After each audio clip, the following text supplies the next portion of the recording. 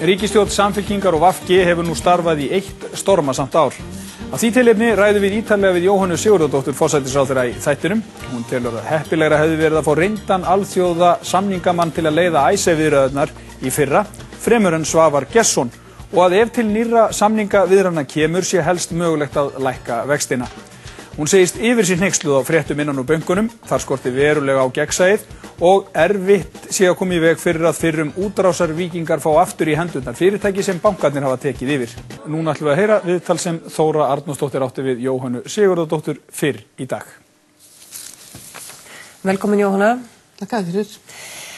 Það náttúrulega ýmislegt að fara yfir kannski á þessu ársafmæli ríkisstjórnarinnar, en það fyrsta sem kemur í hugmargra er orðið skjaldborg. Skjaldborg heimilanna sem nú svolítið búið að draga sundur og saman í háði hér og þar. Ég veit ekki hvort þið horfur á Spaugstofuna, en mér langar svolítið að byrja þar. Í könnun ASÍ kemur fram að 83% þeirra sem þó hafa nýtt sér þau úrræði sem í boði, telja sig ekki hafa fengið fullnægjandi úrlausn sinna mála. Hvað viltu segja við það fólk? Það mjög margt sem þessi ríkisstjórn hafi gert, þó að ýmsu vilji gera lítið úr því. Þetta á 3. tug aðgerða sem við höfum farið í. Ég nefni til dæmis þessa greiðslujöfnun. Hún skiptir verulegu máli fyrir fólk. Það á með því að koma í veg fyrir misgengi launa og lána, og síðan að vísu fer hluta þess á höfuðstólinn, en í lok lánstíman að þá framlengist það þó ekki lengur 2 ár og þá hlutirnir afskrifaðir. Síðan við með þessa greiðslu aðlögun, og hún mun koma sér vel fyrir þá sem eru í mestum vanda, og þar að ræða afskriftir hjá þeim sem verst standa. Við erum líka búin að auka framlög til vaxtabóta úr 5 milljörðum í 10 milljarða, og við höfum farið út í að greiða út séreignarsparnaði. Þannig að það ýmsir hlutir sem við höfum gert, en vissulega það allt og stór hópur sem í miklu vanda. Ég myndi giska á að hann væri 10% til 15%, kannski nær 15% sem ekki getur nýtt sér þessi úrræði sem þó eru til staðar, og við erum að skoða það sérstaklega. Núna erum við að vinna að því varðar nauðungaruppboðin, fresturinn sem þar var gefinn, hann að renna út, og við erum að skoða hvernig að taka á því máli, og síðan erum við að styrkja aftur verulega og gera hana virkari þessa greiðsluaðlögun.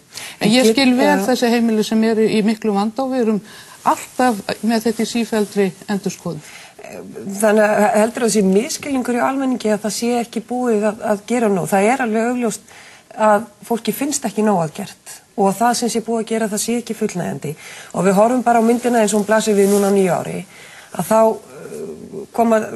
taka gildi skattahækkanir, verðlag hefur hækkað alveg gríðarlega, allur framfærslukostnaður. Nærri helmingur þeirra sem þó hafa vinnu hafa orðið fyrir kjaraskerðingu, 4 óttast að missa vinnuna, og þó að það sé sett stífla á nauðungaruppboðin, og þá virðast ekki vera færri sem í það mund að missa heimili sín samt sem áður. Og af því að þú veist að þú varst kjörinn í rauninni sem forsætisráðherra, það sem treystu því að þetta yrði ríkisstjórn aðgerða eins og þið sögðuð. Finnur ekki fyrir því hvernig kallað á það við viljum fá að vita meira hvað við ætlið að gera? Þið með skýra aðgerðaráætlun af því að nú liðið heilt ár? Já, menn verða að gera sig grein fyrir samhengi hlutana.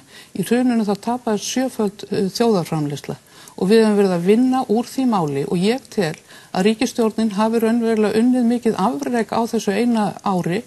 Til marks um það vil ég nefna Mark Flanagan hjá Alþjóðagjaldeyrissjóðnum, að hann segir að þessi kraftaverk hvað hafi náðst hérna á einu ári, og til dæmis með endurreisn bankana, og núna áramótin, þar skoðum við þetta samhengi hlutana vegna þess að það skiptir auðvitað verulegu máli fyrir fólki að við náum verðbólgu og stýrivöxtum, og áramótin þá var staðan sú að verðbólgan, hún hefur ekki verið lagri í 2 ár, stýrivöxtur hefur ekki verið lagri í 4 ár, vaxtaálagið hafði lækkað verulega niður, skuldir ríkissjóðs sem stefndi að við þyrftum að setja 250 milljörðum meira en í bankana heldur en að raunin var þá, þannig að við vorum á mikilli siglingu þarna áramótin, þegar síðan kemur þetta upp varðandi forsetann að við þurftum að fresta Icesave, og það setur þar verulega strik í reikningi. En ég er að reyna að setja þetta í samhengi, þannig að því að nániðu verðbólgunni, nániðu vöxtunum, nániðu halla ríkissjóðs, það lækka verðbólguna, lækka vextina, og það að styrkja gengið. Og Samfylkingin hélt því nú í sífellu fram að leið og sótt aðild að Evrópusambandinu, þá myndi gengi styrkjast vegna þess að alþjóðasamfélagið sæi þá á hvaða leið við værum. Já, en það hefur ekki gerst. Gengið hefur verið stöðugt í töluvert langan tíma. Já, stöðugt en ekki styrst. Nei, ég veit það sko. Það hefur verið stöðugt í töluvert langan tíma og þessi atriði sem ég var að nefna hér áðan, þau skipta verulegu máli þær efnahagsþrengingar sem við erum í og hvernig við getum unnið okkur út úr þessu. Þetta náttúrulega mikið átak sem við erum að fara í þegar skuldir ríkissjóðs, við þurfum að ná þeim, eða það reikningurinn vegna hrunsins að því að varðar halla ríkissjóðs kannski 400-500 milljarðar og við höfum verið að ná honum niður núna bara þessu ári og næsta 100 milljarðar sem verulega stórt í þessu samhengi og síðan verðum við breytir því ekki. Mér langar svo að fá svar við því vegna þess að þetta vissulega það sem þið sögðu.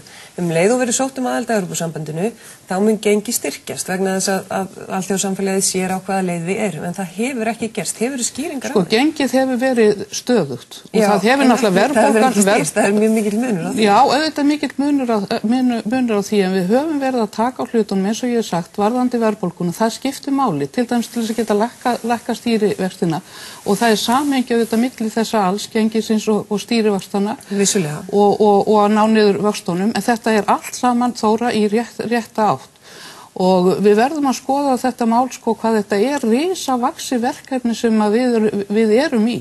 Ég býst ekki við að sé nokkur þjóð á síðustu áratugum sem hefur lent í eins miklum erfiðleikum og við. Samt erum við á góðri leið með því að ná okkur út úr þessu eins og ég nefni þó að sé komið aðeins strik í reikningi núna og við erum að vinna áfram í þessu eins og þú segir. Það kannski ekki tilfinningi sem fólk hefur. Ég nefni aftur þessi 83% sem að hafa gripið þessu úrræði sem að þeir hafa boðið og þessi mynd sem ég var að lýsa fyrir þessum blasa við áramótin við venjulegu fólki.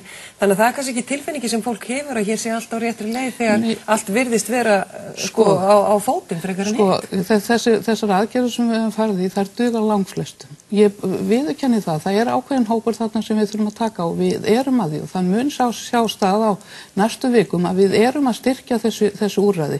Við erum að styrkja líka atvinnumálin, vorum nú síðast að ræða það í ríkisstjórn í morgun. Það allt á hreyfingu sem við settum á blaði í stöðugleikasáttmálanum með aðilum vinnumarkaðarins. Við erum að byggja hér upp bara frá 2008, þá hafa komið 500 ný störf í sprota og nýsköpunar atvinnuvegunum. Það skiptir verulegu máli. Það allt á ferðvarðandi, við getum sagt vegamálin, við getum sagt hátækni sjúkrahúsið, við getum sagt orkuframkvæmdirnar, Búðarhálsvirkjun fer vantarlega á stað, við erum að tala álveri, við erum að tala Helguvík, þannig að þetta allt að fara á stað. Við verðum aðeins að tala um ISF af því ég veit að við getum ekki verið hér í allt kvöld. Það verður ekki komist á því að minnast á þetta stóra mál sem að ríkisstjórnin hefur eitt gríðarlegum kröftum og tíma í og þó hefur ekki náðst sátt sem að allir geta sameinast Segðu mig bara fyrst svona í ljósi þróunarmála síðustu vikurnar frá því að forsetinn synjaði lögunum staðfestingar. Munt þú greiða atkvæði með samningunum við þjóðaratkvæðagreiðslunni 7. mars? Ég mun greiða atkvæði með samningunum eins og ríkisstjórnin lagði þá upp og eins og var samþykkt á Alþingi. En nú málið það var bara það. Síðan hafið þið reynt að ná samstöðu með stjórnarandstöðunni og það virðist á svona síðustu fréttum að Bretar og Hollendingar ef þeir ætli í aðra samningaviðræður að þá vilja þeir ekki semja við ríkisstjórnina heldur við þingi vegna þess að það virðist full reynt að semja við ríkisstjórnina.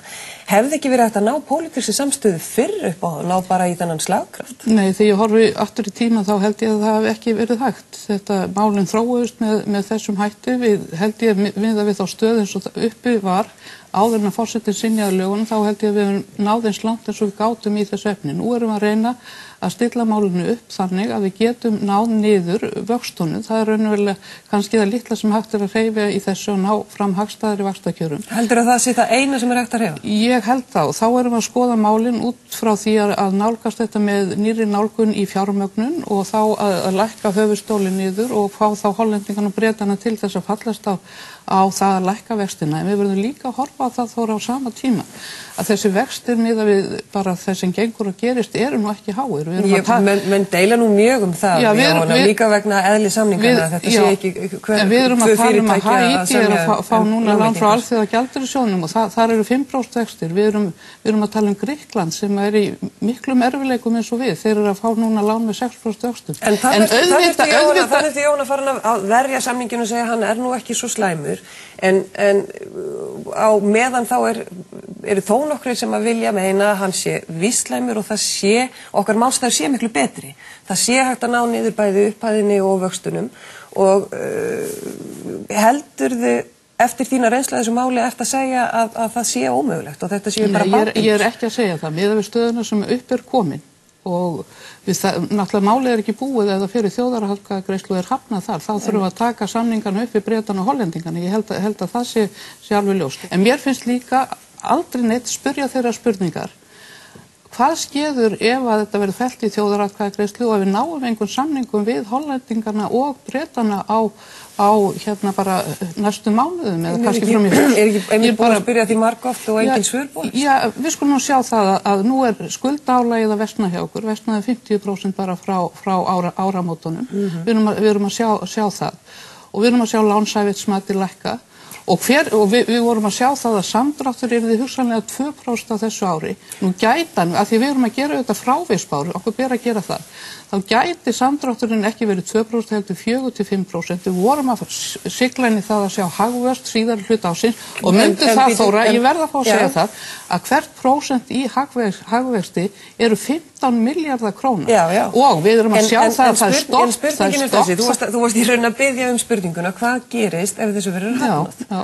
Ég að reyna að svara henni. Og þú ert að segja að það leiði til aukinn samdráttar, við fáum ekki lán og svo framvegis. Og það sé engin press á Breta Hollendinga að fara þá fyrir dóm eða hefja nýja samningaviðræður. Ég held að sé engin Af því að Jóhanna, það er búið að segja okkur svo oft, nú er síðasti séns, við verðum ákveða þetta fyrir þennan dag, og annars þá hrynja himnarnir, en það hefur aldrei gerst og þá menn kannski hættir að vera óttaslegnir yfir þessu. Ég hefur ekkert gerst, ég var nú bara að lýsa því núna, Þóra, hvað hefur gerst frá áramótunum og við erum að sjá kannski miklu meiri samdráttina árið heldur en við höfum séð áður og það þetta slæmt þegar skuldálagið að hækka upp vegna þess að bæði sveitarfélög, orkufyrirtæki og fleiri þurfa að fara í endurfjármögnun, við þurfum að fá erlenda fjárfesting inn í landið og það er bara stopp.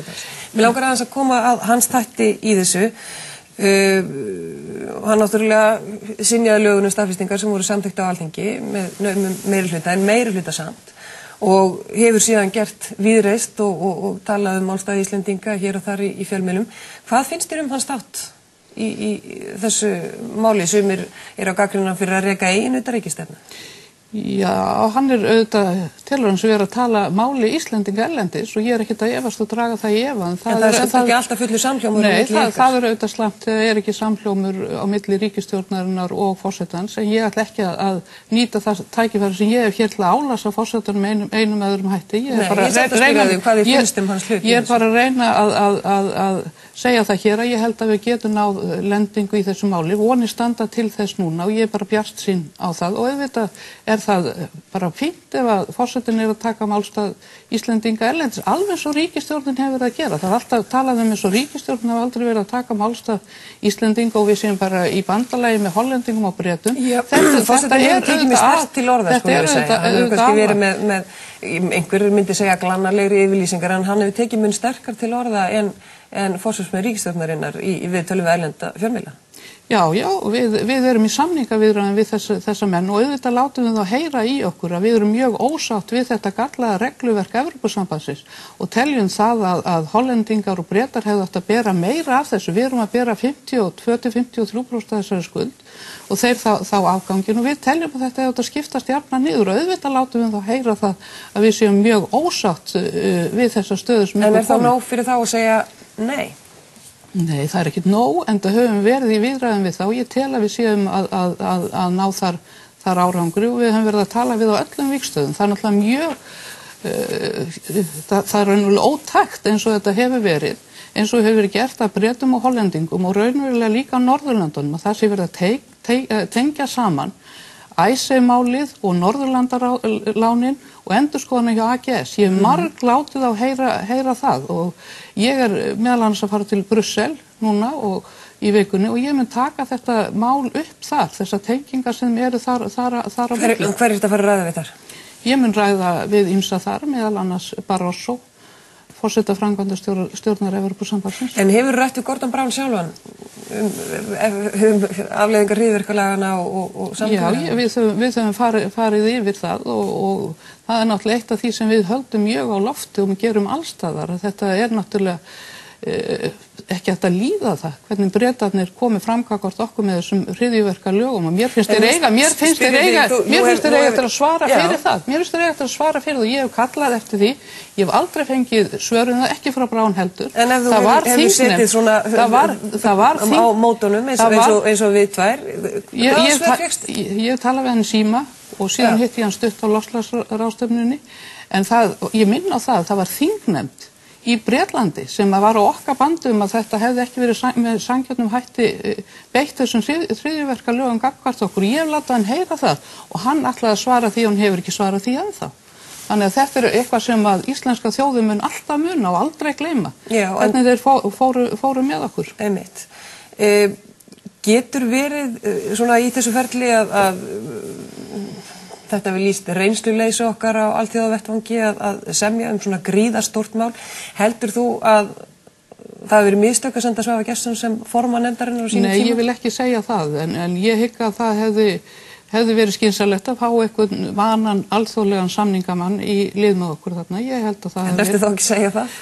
Ég að segja að það hefði, bara þegar maður sér reynsluna og núna hvernig þetta málið er búið að ganga, þá getur maður sagt að það hefði hugsanlega verið betra að gera það og það er það sem við höfum til dæmis verið að reyna við Hollendinga og Breta en þeir hafa ekki fallist á það að setja alþjóðlegan samningamann sem allar þrjár þjóðirnar kæmu sér saman til þess að leysa þessa deilu. En við höfum líka verið að tala það bara á okkar vettvangi með stjórn og stjórnarandstöðu að fá þá alþjóðlegan verkstjóra sem myndi þá stýra viðræðunum sem að vonandi fara á stað og þeir hafa sett þessi skilyrði að stjórn og stjórnarandstaða komið saman að þessu borði, þeir eru orðnir þreyttir, þeir treysta ekki Íslendingur og þetta er í þriðja eða fjórða sinn sem að þetta er fellt og það er skilyrði sem þeir setja og þeir setja líka það skilyrði að þetta verði unnið hratt og vel og að við viðurkennum þessa lágmarks tryggingu.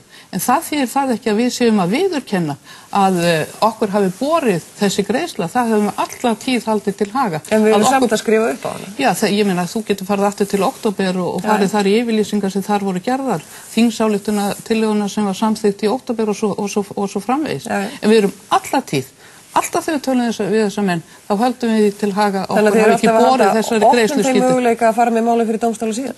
Við erum að halda að opna þeim möguleika ef að það kemur til einhvern tímann inn í framtíðinni að fyrir dómstólunum þá komið þetta fram að okkur hafi ekki borið að greiða þetta, þá sé því allavega haldið til haga af okkar hálfu og það höfum við gert. En það breytir náttúrulega lítið ef við þurfum að borga það hvort þið og það er kannski ennþá verra fyrir okkur og okkur orðspor ef við erum að borga eitthvað sem við erum ekki vissum að við eigum að borga.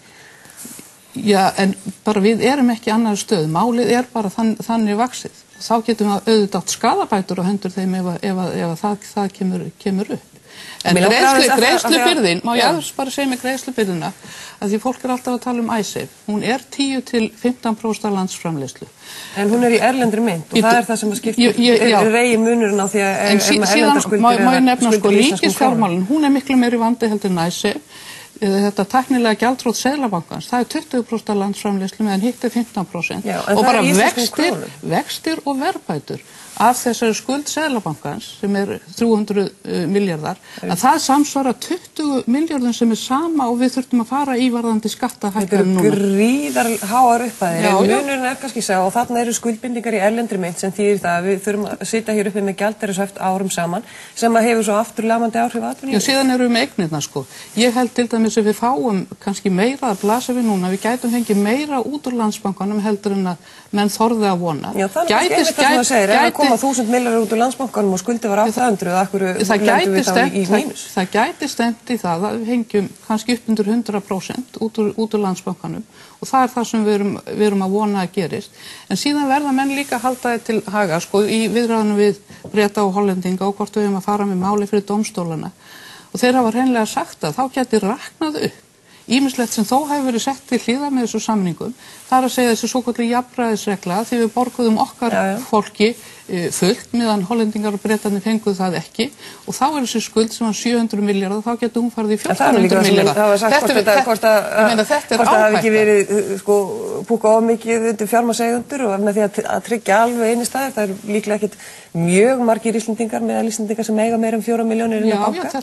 En mér langar Jóhanna af því að við höfum takmarkaðan tíma þá er annað mál sem mér langar mjög til þess að komast af því að eins og þú veist það voru miklar vonir bundnar við þessa stjórn þegar svo fyrir hrökklaðist frá og ein hávarasta krafan og það sem er mjög mikið ritað í ykkar stjórnarsáttmála, það er gegnsæi. Það er að segja að það sé allt á borðum og síðan berast fregnir meira 40 ráðningar án auglýsinga inn í ráðuneytin og það sem er að gerast í bönkunum, það sem er verið að víla og dýra fyrirtæki, ef við tökum dæmi, Ólaf Ólafsson á Samskip sem hefur réttastöðu grunaðs manns út af markaðsmisnotkun sem að færa aftur eitt stærsta skipafélag landsins upp í hendunar. Hvað finnst þér þetta?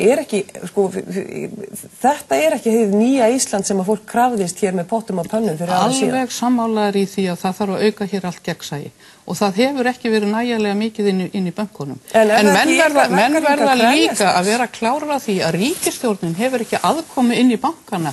En við á Landsbankanum meðstu hluta og á stóran eignarhluti í hinum bönkunum fyrir utan það. Þetta er náttúrulega ferli sem fór á stað áður kröfuhafar tóku yfir. Það búið að setja fót bankasýsluna og það er eftirlitsnefnd sem er að skoða þetta. Við höfum kallað eftir öllum verklagsreglum inn í bönkunum, við höfum fengið þær og það eru ekki hægt að sjá neitt annað en að sé unnið í samræmi við þessar verklagsreglur. En þú persónulega segir að þú myndir aldrei samþykkja það að Jón Ásgeir fengi haga aftur eða þessir aðaleikendur? Sem ég hef séð hérna í fréttunum sem ég er yfir minn hneykslið á og alveg sammála fólkinu í landinu með það.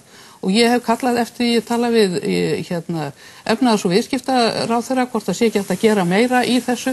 Hann er nú að breyta hér öllu regluverkinu varðandi fjármálamarkaðinn, meðal annars til að hafa þetta opnar. En við verðum fjármálaeftirlitið á að sinna þessu, við höfum kallað eftir þessu reglum og ég er bara að vona það að komi ekkert í ljós inn í þessum bönkum. Reglur, Jóhanna, vegna þess að þetta er líka spurning bara siðferðilegar spurningar. Það er að segja, lítum til dæmis á Vörn Holding þar sem að Björgólfur Thor átti 40% komið niður í 20%. Hvar liggja mörkin í þessu? Vegna þess að ég veit að Samfylkingin var ekki hrifin að þessu en fannst samningurinn samt þess svo mikils virði að það væri rétt að líta fram hjá hann. Já, mann finnst þetta nú auðvitað mjög sérstakt ef að þeir sem að voru þarna í útrásinni og aðalpersónu þar séu þá eigendur hér í stórum fyrirtækjum en það er nú ekki búið að dæma þessa menn. En ég er sammálaðið með það að við þurfum að breyta svo miklu varðandi gegnsæið. Við erum nú að koma hér á siðareglum. Við erum að breyta stjórnarháttum inn í stjórnarráðinu og í stjórnsýslunum með margvíslegum hætti. En þú verður að það. En þetta getur tekið heilanga tíma í réttarkerfinu, við vitum það. Og er í lagi vegna þess að það gerist hraðar að það er verið að endurskipuleggja náttúrulega atvinnulífið og selja fyrirtæki og koma þeim aftur í rekstur. Það er það sem er verið að gera. Og síðan er menn dæmdir eða ekki dæmdir, þarf ekki að taka siðferðilega afstöðu til þess hvort við viljum að þetta séu stóru leikendur í viðskiptalífinu, í ljósi þess að íslensk stjórnvöld fengu bankann í fangið og með þeim hellinga fyrirtækjum. Jú, við verðum alltaf að treysta skilanefndunum og slitastjórnunum og þeim sem eiga sýsla með þetta fjármálaeftirlitinu. En þú segir sjálf að fréttirnar síðan hneykslan? Já, ég margsinnis bara verið aktofa yfir sjónvarpinu að sjá þessar fréttir. Ég vil ekkert fara í einstök dæmi, sko. Mennirnir eiga náttúrulega þó þeir hafa verið að brjóta hér af sér og margt bendi til þess, þá verða þeir þó að hafa sitt andrými hér að rannsóknarskýrslan verður að koma fram og það verður þá að dæma þá ef þeir eru sekir. Og þá munum menn auðvitað líta þá verður menn þá að líta á það hvað eiga þeir, hvað er hægt að ganga að og ég bara minna á það Þóra, hvað höfum við ekki verið að gera hér til að bæta réttarkerfið með sérstökum saksóknara, 3 saksóknurum þarna, Evu Sjóli fullt af peningum sett í þetta en það erum að sjá þetta, við erum að sjá það að það verið að gera eignir upptækar, við erum að sjá daglega líka að það verið að taka á þessum málum, að verið að fara inn í fyrirtæki. En er í lagi að þeir eignist fyrirtækin á meðan?